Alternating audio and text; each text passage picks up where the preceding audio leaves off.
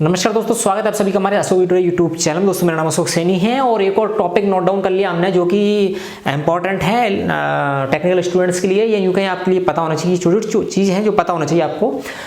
What is practical and ideal voltage source. इससे पहले मैंने practical voltage source and ideal voltage source के बारे में बताया आपको। प्रैक्टिकल आइडियल नहीं समझा, अभी हमने समझा था वोल्टेज सोर्स क्या है इससे पहले और करंट सोर्स क्या होता है। अब वोल्टेज सोर्स के अंदर भी प्रैक्टिकल आइडियल ये सोर्स होते हैं, इसी प्रकार करंट के अंदर प्रैक्टिकल आइडियल होते हैं। तो ये होते क्या है वो और थोड़ा समझ लेते हैं।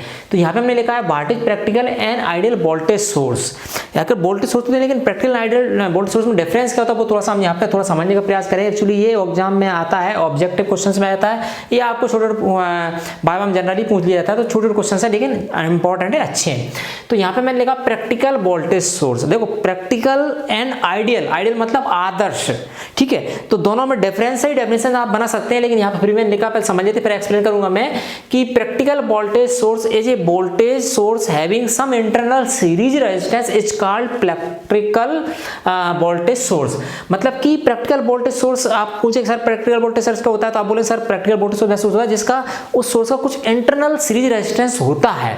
ऐसे सोर्स को हम बोलेंगे प्रैक्टिकल आपका वोल्टेज सोर्स। और यहां तक मैं आपको बता दूं कि सभी जितने भी वोल्टेज सोर्स होते हैं सभी में कुछ इंटरनल सोर्स इंटरनल रेजिस्टेंस रहता ही है। बिना रेजिस्टेंस के वह वोल्टेज सोर्स हो ही नहीं सकता, वह सप्लाई दे ही नहीं सकता। एक्चुअली आइडियली में कुछ होता ही नहीं आइडियल वोल्टेज सोर्स, सभी प्रैक्टिकली होते हैं। लेकिन बोल रखा है कि आइडियल वोल्टेज सोर्स क्या होते हैं उसके बारे में समझेंगे।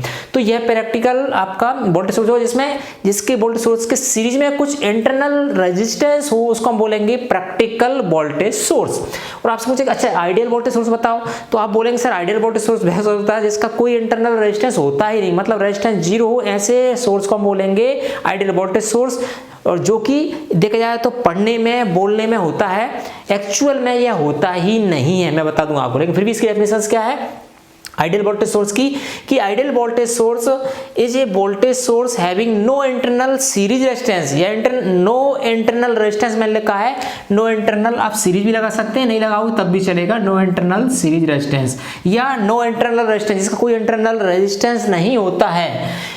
That means there is no voltage drop inside the source। क्या लिखा है, मतलब कि कोई वोल्टेज ड्रॉप ही नहीं होगा सोर्स में, जितना वोल्ट का सोर्स है उतना ही मिलेगा। 5 वोल्ट बैटरी तो 5 वोल्ट, 12 वोल्ट तो 12 वोल्ट, इसके बाद जो भी वोल्ट है वो आप मिले, मतलब कि इंटरनल रेजिस्टेंस नहीं तो वोल्टेज ड्रॉप नहीं होगा। तो क्या लिखा, that means there is no voltage drop inside the source. इसके बाद so we get the same और full voltage level at the terminal. तो इसका डायग्राम मैंने यहाँ बनाया, ये आपका यहाँ पे आइडियल वोल्टेज सोर्स का मैंने यहाँ पे दिखाने का प्रयास किया, जिसका इंटरनल रेजिस्टेंस 0 शो किया। तो जितना वोल्टेज यहाँ पे है वही हमको टर्मिनल मतलब आउटपुट मिलेगा। 5 वोल्ट बैटरी तो 5 मिल जाएगा, 12 तो 12, 9 तो 9, 6 जो भी जितनी वोल्टेज चाहिए AC DC जो भी है वो आपको मिल जाएगा। लेकिन ये एक्चुअल में होता नहीं है, ये सिर्फ टेक्स्ट बुक्स में है या पढ़ने के लिए है आइडियल वोल्टेज सोर्स। एक्चुअल में तो प्रैक्टिकल वोल्टेज सोर्स ही आपका होता है, ये आपको समझना जरूरी है।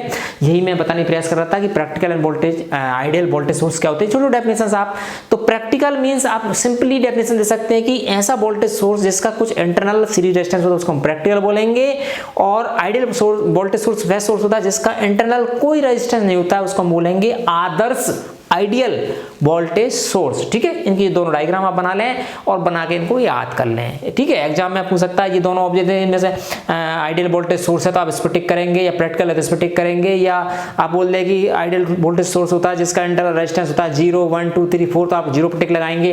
प्रैक्टिकल वोल्टेज सोर्स वैसे होता है जिसका 0 से अधिक, 1, 2, 3 जो भी है तो 0 से अधिक है ना। तो इस तरह के ऑब्जेक्टिव क्वेश्चंस आपको एग्जाम में पूछ सकते हैं। आई होप बताई गई इन्फॉर्मेशन अच्छी लगेगी आपको, टेक्निकल नॉलेज देने का प्रयास किया अच्छा लगा होगा। फिर भी कोई डाउट है, कोई समस्या है, कोई क्वेरी कमेंट करके पूछ सकते हैं। और इसी प्रकार नॉलेजेबल वीडियोस कंटेंट आप चाहते हैं सब्सक्राइब जरूर कर लें हमारे अशोक ट्यूटोरियल यूट्यूब चैनल को। मिलते हैं इसी प्रकार अगली एक और नॉलेजेबल वीडियो के साथ, तब तक के लिए नमस्कार दोस्तों।